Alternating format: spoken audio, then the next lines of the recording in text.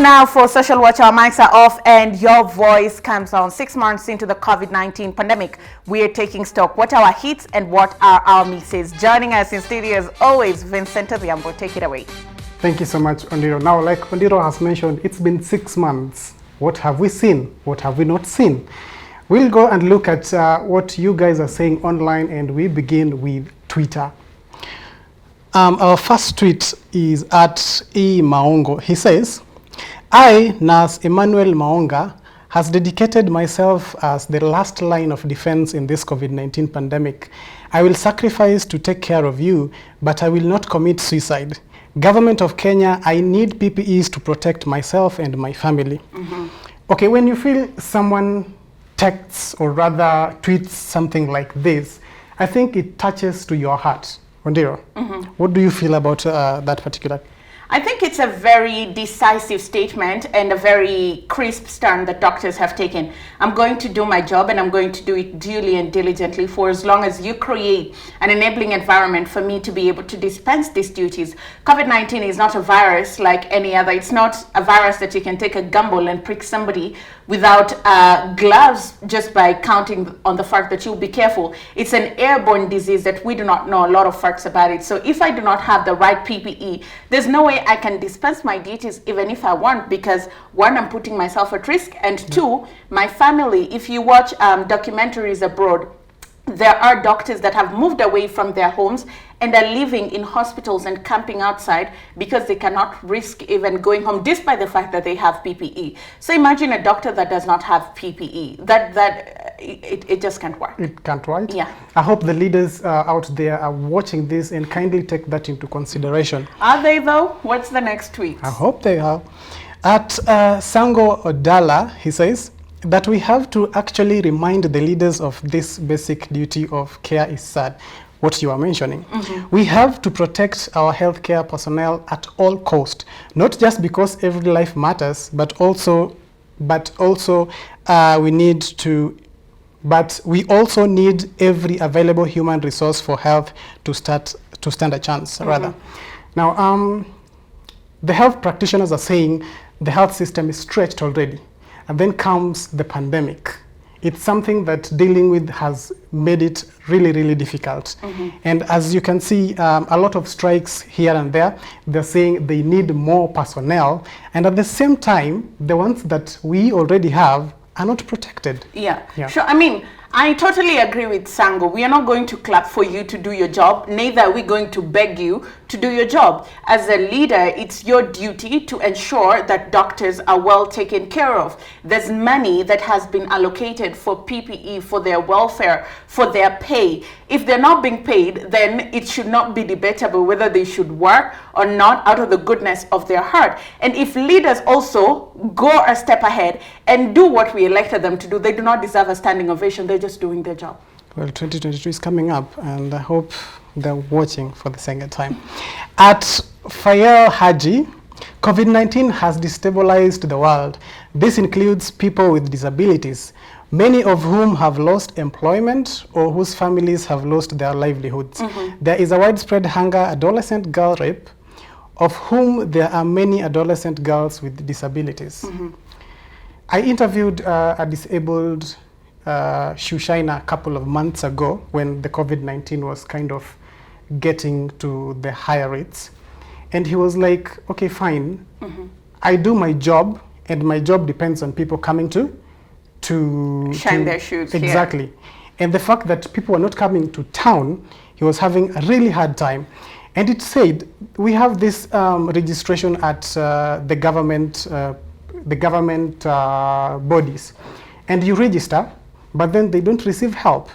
And at the conference, they tell you, okay, we have this amount of money that we're giving to disabilities. Is the government doing something right to people with the disabilities? I think from the conference and even from all the other things that we've heard this far, it just shows there's a complete breakdown of information between the executive and the people that they serve. Because probably these are people who live in a fancy world where everything is working as it should be. We have disbursed money to over 100,000 families, 1,000 shillings every week. Who are these families? in all honesty, the people that need it the most vulnerable of the vulnerable, are not getting this help. So there's such a breakdown, and we do not know if the families receive the help or the money is squandered, as always is. Yeah. So this is a really sad state. And these are people that the government should be taking care of, because this person was not a beggar. He had a job before COVID-19 destabilized him. Can you just give him some form of platform to lean on so that when normalcy resumes, at least he has a footing to start? Okay, I think as much as they're talking about stimulus programs, I think they should include people with disabilities. I think they've always been there. We have great laws. We talk about policy in a very nice way, but implementation is a very different thing. In our native language, we say "wachogitimo pogre." Saying and doing are two different things. It all trickles down to the leaders. At Prof. PLO Lumumba, Kenya's economy, like others, is beaten courtesy of COVID-19. Our task as a people should be rebuilding, but the political class is derailing us with cock and bull stories. Hekaya za Abunuwasi in Kiswahili. Let us be wary of such shenanigans.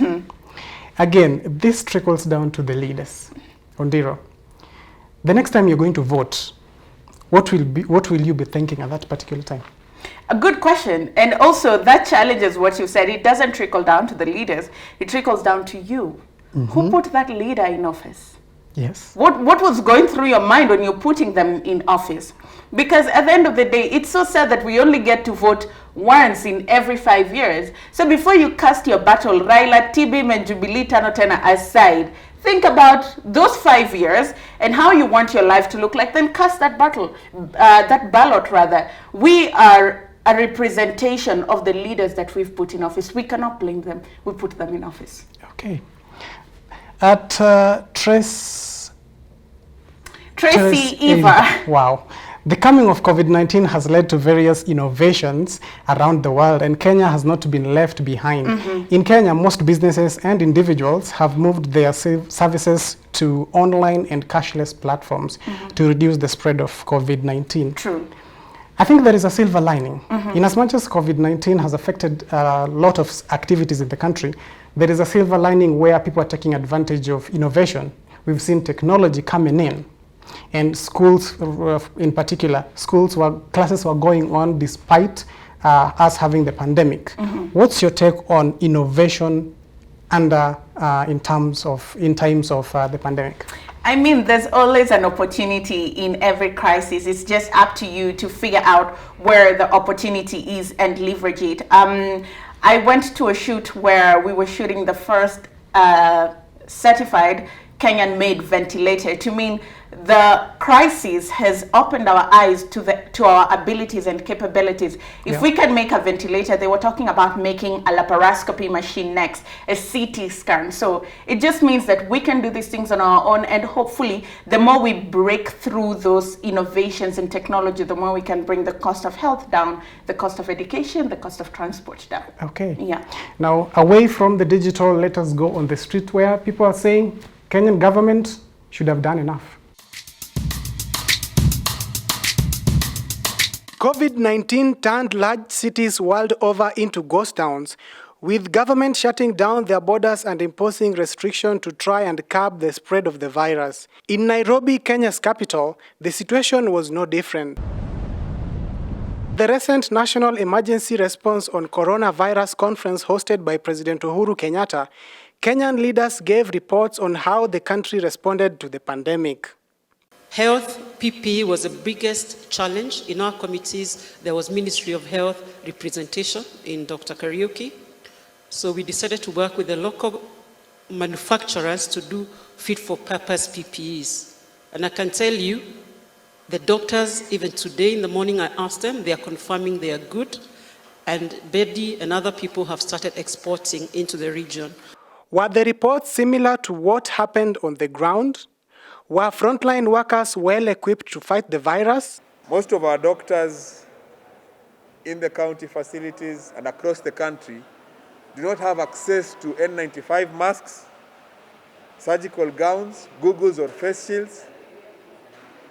And this is an issue of concern that needs to be addressed. And you heard from the DG that we have about 34 health workers who have gotten infected.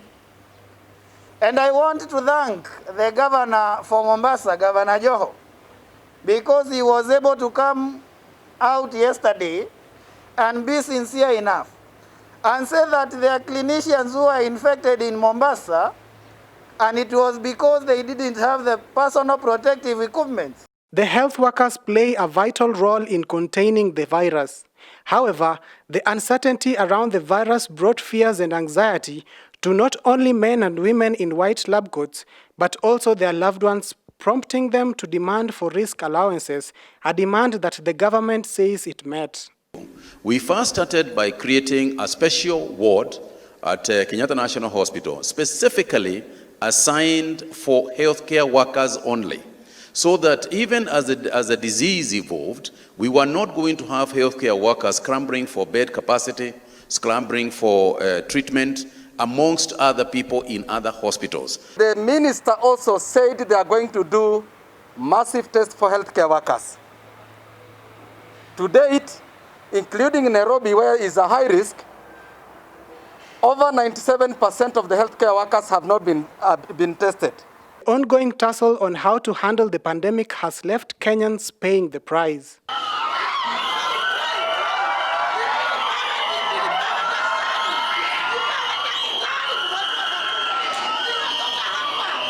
The strike has really affected me because today I was supposed to be taken for theater, and that one cannot happen today.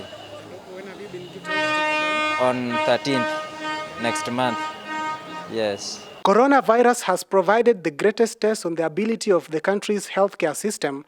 It has also exposed the loopholes as corruption and misappropriation of funds take center stage. It also provided an opportunity for innovation in the country, and whether the government will learn from the lessons and make better decisions in the future is yet to be seen. For Metropole Debrief, I'm Vincent Odhiambo. That was Street Talk with Vincent Odhiambo. Quite interesting perspectives there, as two sides are fighting to ensure that they look good or they fight for their rights. It's the common mwananchi that suffers, and that forms the basis of our debrief take home today, which means it's that time to dose each other with the bitter truth. When Musalia Mudavadi was speaking during the national COVID-19 conference, he stirred the pot and he said, we really need to draw the fault lines. Who are the fault lines? Where are the fault lines in the fight against COVID-19? I think there are two fault lines in this country. Vincent Odhiambo was hell-bent on saying leaders are the fault line. I do not dispute. And we begin with them. They are the fault line. Because come to think of it, COVID-19 is not yet over. We are having second waves of infections in Europe and Asia, countries that have medical, technological advancements that we can only dream about having, and we might never have in the next 10, 20, 50 years. Who knows? Second wave of infection. Yet here, just because we're testing 2,000 people and we get 100 cases out of a population of 47 million, we think we are out of danger. And what do our leaders do? They call for rallies, they call for events. There was a big event in Mombasa, packed to capacity. We understand the motive, but how about the health and safety of these people? Balala looks good to his boss, but how about the health of these people? Raila, Ruto, and even the president shamelessly going on campaign streaks all over the country. For what? For what? An office? Who will you govern if all Kenyans are infected by COVID-19? Who? For what? But again, leaders are not just the problem. We enable them. And that's why I'm saying we, the citizens, are also a fault line. Who went to that rally in Kisii by the DP? Who went to the coast to see Raila Odinga? Who showed up in the Mount Kenya region when the president was there drumming up support for his white elephant projects? Who? You and me. Now let's circle back. All these people who've gotten COVID-19, Moses Kuria, Cyrus Saguna, what hospitals were they getting treated at? You, when you're sick, what hospital will you go to? Kenyatta National Hospital that had a strike, that somebody died in the parking lot. We are the fault lines as much as they are the fault lines. But you know why we are the fault lines? We enable them. You voted for them. You continue to enable their impunity. You feed their egos. 6 months in, it's time to wake up. If a second wave of infection comes into this country, trust you me, it will be more catastrophic. Because now, as is, resources are outstretched. Yet how many cases do we have? 40,000 cases, give or take? Imagine what would happen if a second wave of infections would come. Backlog of cases, doctors on strike, inadequate PPEs, and Kenyans have already taken 65% of pay cuts. 65% of Kenyans have taken pay cuts. It would be catastrophic. We are the fault lines. It's time we rethink, we review, and we readjust our mentality, a total overhaul of ourselves so we can be able to change the system.